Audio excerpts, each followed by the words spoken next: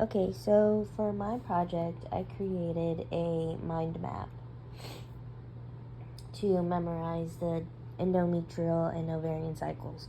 I don't have anything here for right now, but the main topics are right here that I have split. So we'll start up here with the follicular phase.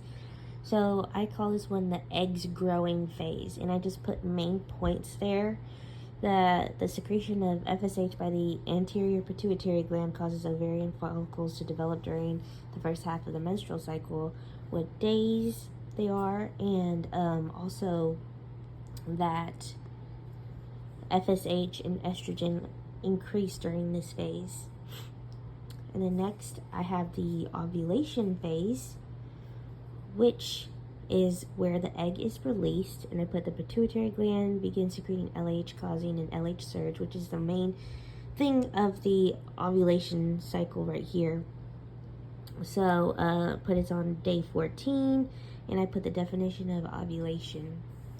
And then here we have the luteal phase, basically corpus luteum creation, so that the corpus luteum begins to be created and begins secreting progesterone 9 to 11 days after ovulation, and that progesterone increases here, but 9 to 11 days after ovulation it begins to degenerate unless conception occurs. So,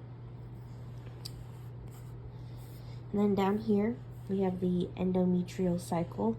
So my menstrual phase is where the lining sheds. The last 1 to 5 days begins with declining progesterone, causing spiral arteries to constrict.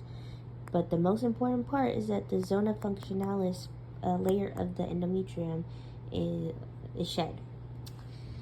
And then I have the proliferative phase, which is basically the rebuilding of the endometrium, but that corresponds with the follicular phase, so I have it highlighted with pink to know that they correspond with each other.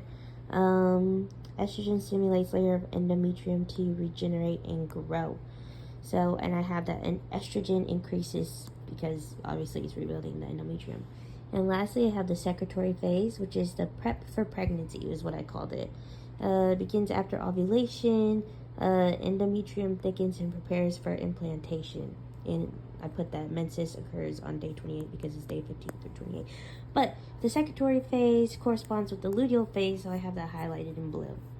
There's a lot more that I could put into this, but for the main parts of understanding like the different cycles, I really liked making a mind map out of it. Even though I use a template, but this helped me understand it a little bit more.